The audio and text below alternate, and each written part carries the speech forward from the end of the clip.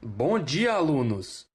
Hoje começaremos a falar sobre o arcadismo, uma escola literária que surgiu no século XVIII, época também conhecida como século das luzes.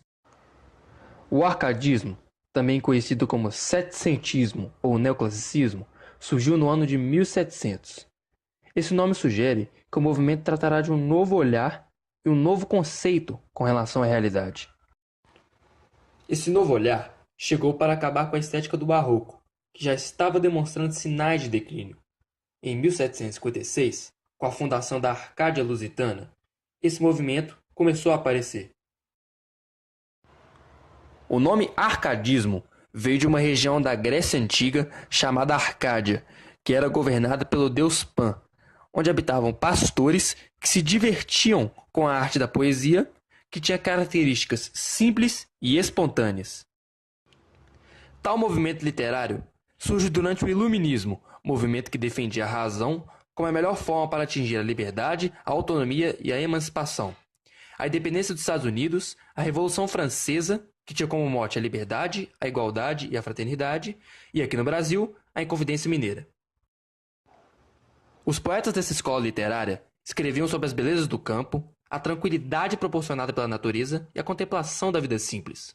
Portanto, desprezam a vida nos grandes centros urbanos e toda a vida agitada e problemas que as pessoas levavam nesses locais. Os poetas arcadistas chegavam a usar apelidos de pastores latinos ou gregos. Nesse contexto, os princípios que norteiam a literatura arcaica são a simplicidade e a objetividade da linguagem arcade, que traduzem o racionalismo burguês que se manifesta tanto na literatura quanto na filosofia e na ciência da época. Considerando-se que os poetas árcades eram, na maioria, homens letrados, pode parecer estranha a simulação pastoral, e que, primeiramente, o arcadismo é uma arte convencional, baseada na imitação dos clássicos.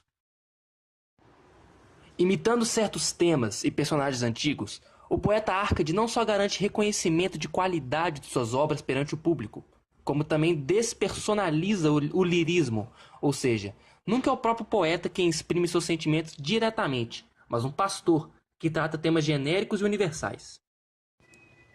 Vários preceitos do bem escrever vinham das Arcádias. A impessoalidade era um deles. Acreditava-se que o fluxo desenfreado da emoção poderia comprometer tecnicamente a arte poética. O amor carnal sobrepôs-se ao neoplatônico, já que o antropocentrismo, o materialismo e a razão eram a base do pensamento neoclássico. Além dessa impessoalidade, eram usados pequenos clichês latinos como indicativos do que acreditavam ser a boa arte literária. E o primeiro deles é fugir da cidade. Durante o arcadismo, os autores adotaram pseudônimos pastoris inspirados na Arcádia grega. O cenário campestre é constantemente usado como pano de fundo nesse contexto. Na verdade, o neoclassicismo criou um universo artificial de enfoque bucólico e pastoril, em que os poetas assumiam personas poéticas, adotando pseudônimos que remontavam à velha Arcádia. O segundo deles é o corta o inútil. Esse preceito é uma reação aos excessos formais do barroco. Ao contrário do rebuscamento, os árcades preferiram a clareza, a simplicidade e a ordem direta na linguagem. O terceiro é o carpe diem, aproveite o dia. Os árcades, como os barrocos, tinham consciência da fugacidade do mundo material. Esse clichê também fazia parte do ideário barroco, mas por razões diferentes. Enquanto aqueles procuravam viver intensamente em função da angustiante certeza da decrepitude e da morte, os árcades o adotam por serem materialistas e racionais. Se a vida é fugaz, aproveitemo-la, pois vale a pena. O quarto clichê é o lugar ameno. Os neoclássicos viam a natureza como um lugar ameno, aprazível, onde o ser humano poderia encontrar equilíbrio e paz interior. O último deles é o Aurea Mediocritas. A tradução literal não condiz à ideia que ele busca expressar, mas seria algo como equilíbrio de ouro, ou também a virtude está no meio. Para concluir, os árcades pregavam o ideal de vida simples, sem miséria nem riqueza, em que a posse do essencial à manutenção física do ser humano proporcionasse tempo para a virtude e a arte. Agora, vou falar sobre o arcadismo no Brasil. Teve início no ano de 1768, com a publicação do livro Obras de Cláudio Manuel da Costa, um dos principais escritores árcades do Brasil na época. É nesse período que Portugal explorava suas colônias a fim de conseguir suprir seu déficit econômico. A economia brasileira estava voltada para a era do ouro, da mineração, e portanto ao estado de Minas Gerais, campo de extração contínua de minérios. No entanto, os minérios começaram a ficar escassos e os impostos cobrados por Portugal aos colonos ficaram exorbitantes. Surgiu então a necessidade do Brasil de buscar uma forma de desvincular do seu explorador. Logo, os ideais revolucionários começaram a se desenvolver no Brasil, sob a influência das revoluções industrial e francesa ocorridas na Europa, bem como do exemplo da independência das 13 colônias inglesas. Além disso, enquanto na Europa surgiu o trabalho assalariado, o Brasil ainda vivia o tempo de escravidão. Há um processo de revoltas no Brasil. Contudo, a mais eloquente durante o período Árcade é a Inconfidência Mineira, movimento que teve o envolvimento de escritores árcades como Tomás Antônio Gonzaga, Cláudio Manuel da Costa, além do dentista Tiradentes. E como a tendência é do eixo cultural seguir o econômico, os escritores árcades são na maioria mineiros e algumas de suas produções literárias são voltadas ao ambiente das cidades históricas mineiras, principalmente Vila Rica, atual Mariana. Finalmente, o arcadismo tem como características a busca por uma vida simples, pastoril, e a valorização da natureza e do viver presente. Os principais autores árcades, como já dito, são Cláudio Manuel da Costa, Tomás Antônio Gonzaga, Basílio da Gama, Silva Alvarenga e Frei José. Inspirados pelo pensamento iluminista, os integrantes da Arcádia desenvolveram uma conspiração política contra o governador da capitania, culminando na Conjuração Mineira. Por essa época, a poesia desses autores adquire um tom político e o poeta se mostra preocupado com diversas questões políticas e sociais. Agora, nesse momento, irei fazer menção a dois importantíssimos autores brasileiros do arcadismo.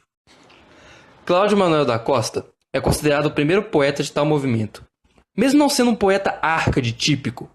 Foi antes um continuador dos clássicos quinhentistas, especialmente Camões, o que fez dele um notável sonetista, sobretudo de temas amorosos e morais.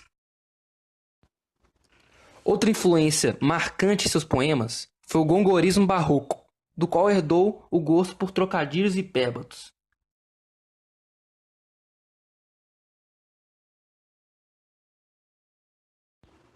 No poema em questão, dispõe-se elementos para um quadro que poderia ser bucólico: álamo, arvoredo, zéfiro, pastor e natureza. Por sobre tais elementos, cai a sombra da melancolia do pastor Fido. Afinal, o álamo é sombrio, o arvoredo é fúnebre e o ar está parado, como que petrificado, talvez porque nele esteja sendo gestada a imagem de um segredo, conforme a expressão do poeta. Mas que segredo é esse?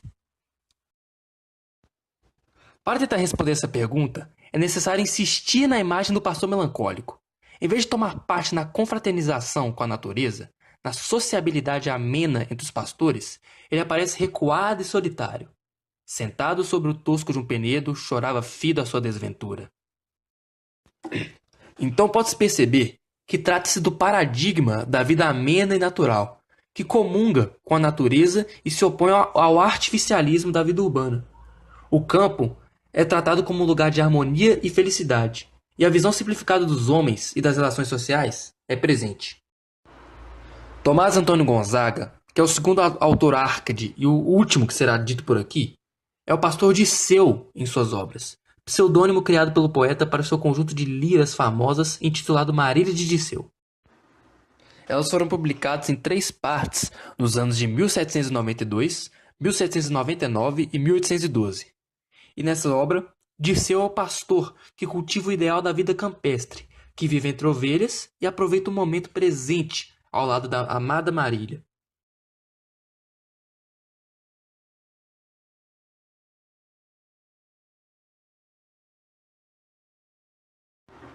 E é sob essa perspectiva, pelas palavras pastor, aldeia e gado, que o ambiente rural é novamente evidenciado, assim como a produção de Cláudio Manuel da Costa.